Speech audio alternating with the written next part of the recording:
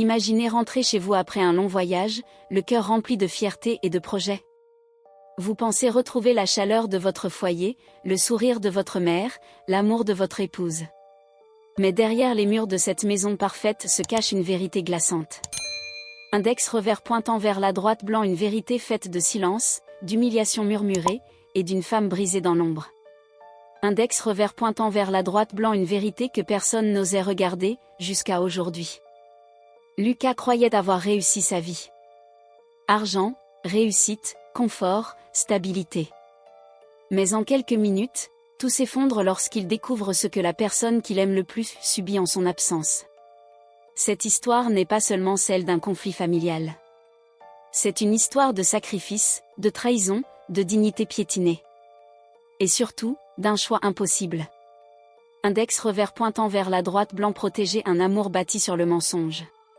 Ou défendre celle qui a tout sacrifié pour lui donner un avenir. Restez jusqu'à la fin, car ce que Lucas va découvrir changera sa vie à jamais. Et pourrait bien vous faire voir la famille, l'amour et le courage sous un tout autre jour. Caméra étincelle. Le vrombissement du moteur de la Renault 4 s'éteignit dans l'allée de gravier lorsque Lucas coupa le contact devant sa magnifique maison de campagne en Provence. Ces 3 jours passés à Genève l'avaient épuisé, mais ils avaient été fructueux. Cette fusion allait rapporter 40 millions supplémentaires à sa société d'investissement. Il desserra le nœud de sa cravate Hermès, se réjouissant déjà du sourire de sa mère et de l'étreinte chaleureuse de Chloé. La demeure provençale se dressait devant lui, symbole éclatant de sa réussite, ses pierres anciennes baignées de soleil. 6 mois plus tôt, il avait convaincu sa mère d'abandonner son modeste appartement de banlieue parisienne pour s'installer dans l'aile des invités, avec le sentiment de la récompenser enfin pour toute une vie de sacrifice. Marie avait travaillé sans relâche pendant plus de 20 ans, cumulant les emplois dans un atelier textile afin de lui permettre d'intégrer une grande école parisienne. Désormais, elle pouvait vivre confortablement auprès de sa famille. Lucas décida de leur faire une surprise en entrant par la porte de service qui menait directement à la cuisine. Ses pas furent étouffés par les carreaux de terre cuits tandis qu'il avançait, imaginant déjà le cri de joie de sa mère en le découvrant. Mais des voix le figèrent sur place. Chloé parlait d'un ton dur, chargé d'irritation, reprochant une odeur qu'elle jugeait déplacée pour une réception à venir. Lucas resta immobile derrière un pilier de pierre, sa mallette lui semblant soudain d'un poids écrasant.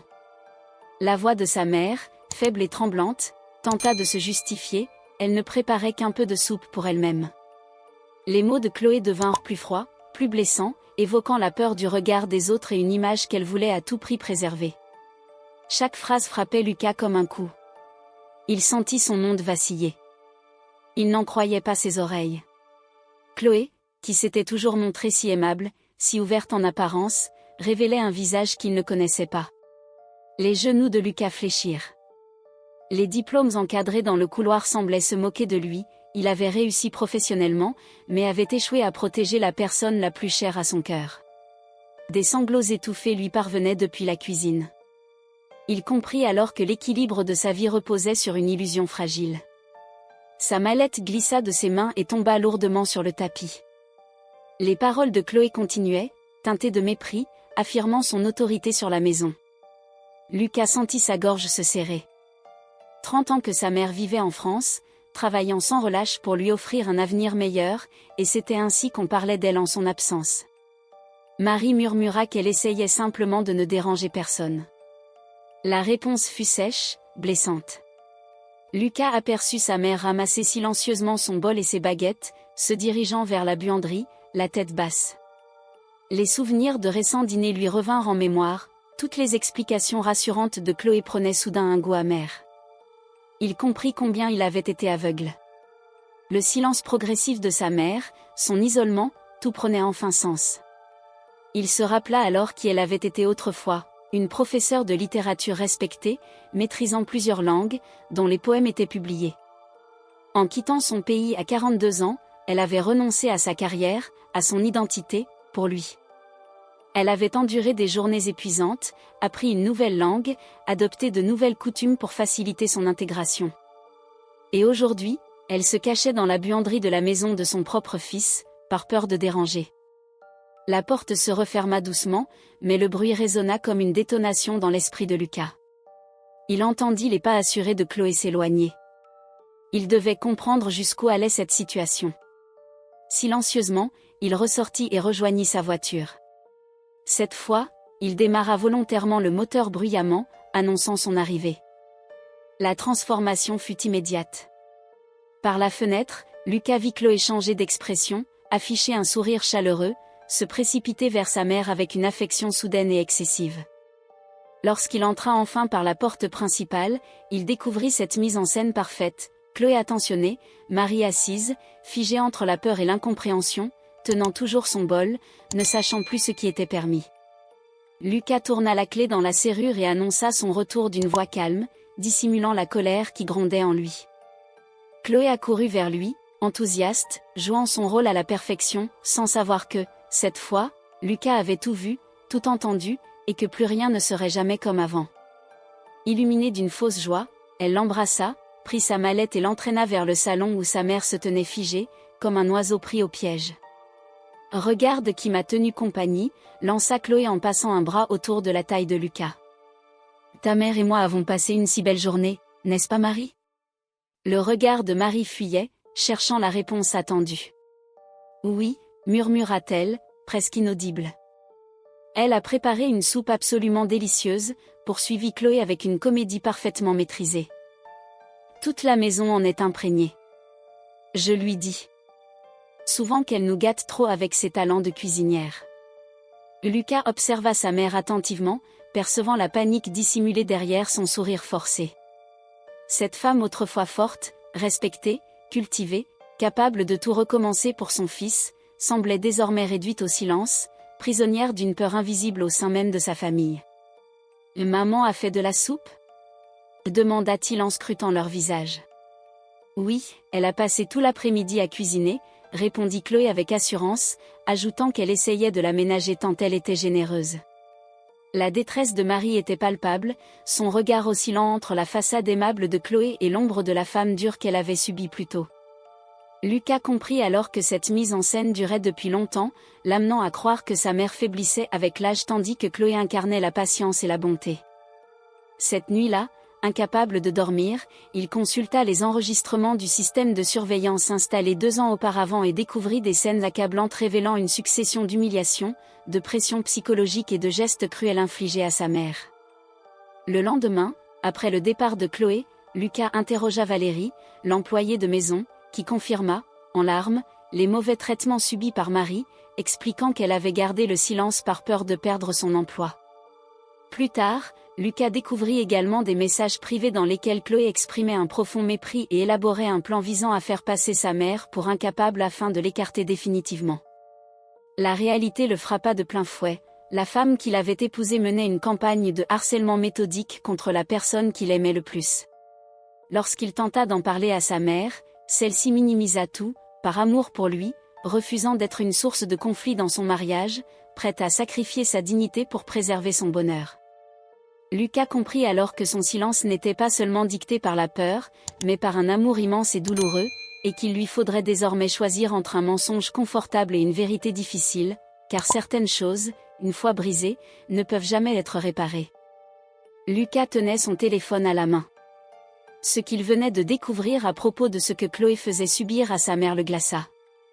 Le diamant que Chloé tenait resta suspendu dans l'air, son reflet froid trahissant un visage démasqué. Elle nia d'abord, mais Lucas affirma calmement qu'il avait les vidéos, les messages, qu'il savait tout. Il savait comment elle traitait sa mère en son absence. Chloé se retourna lentement, son masque tombant. Son sourire chaleureux disparut, remplacé par un regard dur et calculateur. Elle l'accusa de l'avoir espionné, puis éclata d'un rire sec. Selon elle, elle n'avait fait qu'imposer des règles dans sa maison. Les paroles qu'elle prononça ensuite furent d'une violence choquante. Lucas la corrigea fermement, sa mère s'appelait Marie. Elle avait vécu et travaillé pendant 30 ans dans ce pays. Elle n'était ni ignorante ni sans valeur, elle avait été professeure de littérature. Chloé, emportée par la colère, affirma qu'elle refusait de transformer sa maison en lieu qu'elle ne reconnaissait plus. Lucas lui rappela que cette maison appartenait aussi à sa mère. Chloé frappa le meuble, déclarant qu'elle n'avait jamais accepté d'être responsable d'une femme qu'elle jugeait incapable de s'adapter. Lucas explosa, sa mère avait sacrifié toute sa vie pour lui offrir l'éducation qui leur avait permis d'avoir ce confort. Le conflit dépassait désormais leur couple, il touchait à l'identité, au respect et à la dignité. Chloé révéla alors avoir consigné des faits pour faire passer Marie pour instable et la placer sous surveillance médicale. Lucas comprit que tout reposait sur des mensonges. Chloé posa un ultimatum, c'était elle ou sa mère. Elle évoqua l'argent, la maison, les biens, persuadée qu'il céderait. À cet instant, le téléphone de Lucas vibra, sa mère annonçait qu'elle préparait ses affaires pour partir, ne voulant causer aucun problème. Lorsqu'il la retrouva en train de plier ses vêtements dans une vieille valise, digne et silencieuse, Lucas comprit que le choix était clair. Il prit la valise, la posa de côté et déclara que sa mère ne partirait pas. Il annonça calmement à Chloé que c'était elle qui devait quitter la maison. Elle cria, menaça, tenta de l'humilier, mais Lucas resta ferme. Il choisissait la justice plutôt que le confort, la reconnaissance plutôt que l'orgueil. Quand la porte se referma derrière Chloé, un silence lourd puis libérateur envahit la maison. Dans les yeux de sa mère, Lucas vit enfin de la fierté. 6 mois plus tard, la maison avait changé. Elle était vivante, chaleureuse, remplie de rires et de parfums de cuisine. Marie enseignait la calligraphie aux enfants du village, partageait sa culture sans peur. Lucas comprit alors qu'en choisissant l'amour contre le préjugé et la dignité contre la facilité, il n'avait rien perdu, il venait enfin de trouver sa véritable vie. Après le départ de Chloé, les jours suivants furent étrangement silencieux. Pas un silence vide, mais un silence neuf, presque fragile, comme une maison qui réapprend à respirer après un long étouffement. Lucas se réveillait tôt, incapable de rester au lit, traversant les couloirs baignés de lumière provençale avec une sensation mêlée de soulagement et de culpabilité. Chaque détail lui rappelait à quel point il avait été absent, non physiquement, mais moralement. Marie, elle, se levait encore plus tôt. Par habitude. Par prudence aussi. Malgré les paroles fermes de son fils, malgré son geste clair et irrévocable, une part d'elle craignait encore de déranger. Lucas l'observait discrètement, notant la manière dont elle rangeait méticuleusement chaque objet, comme si elle devait justifier sa place à chaque instant. Cela lui serrait le cœur. Un matin, alors qu'elle s'apprêtait à prendre son bol de soupe dans la buanderie, Lucas posa doucement sa main sur la sienne. « Maman, la table est dans la cuisine. Et elle est aussi à toi. » Elle leva les yeux, surprise. Pendant une seconde, ses lèvres tremblèrent. Puis, lentement, elle hocha la tête. Ce geste simple, presque banal, fut une victoire immense. Les semaines passèrent. Lucas entama les démarches juridiques avec une détermination froide. Les preuves accumulées étaient accablantes. Chloé tenta d'abord de négocier, puis de menacer. Elle parlait d'image publique, de réputation, de scandale.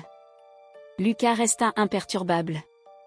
Pour la première fois de sa vie, il n'agissait pas pour préserver une façade, mais pour réparer une injustice. Le divorce fut rapide, mais violent. Chloé se présenta comme une victime, évoquant une belle-mère envahissante, un mari manipulé par la culpabilité. Mais les vidéos, les messages, les témoignages parlèrent pour elle. La vérité, nue et brutale, finit par s'imposer. Elle quitta la maison, puis la région, laissant derrière elle une trace amère et définitive. Pendant ce temps, Marie changeait lentement. Au début, ce furent de petits gestes, elle ressortit ses vieux carnets de poésie, jaunis par le temps. Elle recommença à écrire, timidement, comme si les mots avaient besoin d'être apprivoisés à nouveau. Puis elle accepta l'invitation de la bibliothécaire du village pour animer un atelier de lecture. Sa voix tremblait le premier jour, mais les enfants l'écoutaient avec fascination. Lucas la regardait renaître. Un soir, alors qu'il dînait sous la pergola, Marie parla enfin de ce qu'elle avait vécu. Pas avec colère. Pas avec haine. Mais avec une lucidité douloureuse. « Je ne voulais pas t'inquiéter, dit-elle doucement. Tu avais déjà t'emporté. » Lucas baissa la tête. Les mots qu'il retenait depuis des mois sortirent enfin. « C'est moi qui aurais dû voir. Te protéger. Te croire. » Elle posa sa main sur la sienne, ferme, maternelle. « Tu as vu. Et tu as choisi. » C'est cela qui compte. Cette nuit-là, Lucas dormit profondément pour la première fois depuis des années. Les mois suivants consolidèrent ce nouvel équilibre. La maison devint un lieu de passage, de partage. Des voisins s'arrêtaient, des enfants riaient, des odeurs d'épices et de pain chaud flottaient dans l'air. Marie n'était plus invisible. Elle existait pleinement, respectée, écoutée. Un jour, Lucas trouva sur la table un recueil de poèmes fraîchement imprimés. Sur la couverture, un titre simple, élégant. Le nom de sa mère en dessous. « C'est trop tard pour publier à mon âge », dit-elle avec un sourire discret. Lucas la regarda, les yeux brillants. « Non, maman. C'est exactement le bon moment. » Lors de la présentation du livre, dans la petite salle communale, Lucas comprit toute l'ampleur de ce qu'il avait failli perdre. Les applaudissements, les regards admiratifs, la dignité retrouvée de sa mère, tout cela valait infiniment plus que n'importe quelle fusion ou réussite financière. Il réalisa alors que le vrai succès n'était pas ce qu'il avait construit à l'extérieur, mais ce qu'il avait enfin eu le courage de défendre à l'intérieur. Un soir d'été, alors que le soleil se couchait sur les pierres dorées de la maison, Marie déclara calmement. « Je suis fière de toi. » Ces mots, simples et puissants, furent pour Lucas la récompense ultime. Il avait perdu une illusion, mais gagné la vérité. Perdu le confort du mensonge, mais retrouvé l'essentiel. Et dans ce choix difficile, douloureux, irréversible, il avait enfin compris ce que signifiait réellement aimer.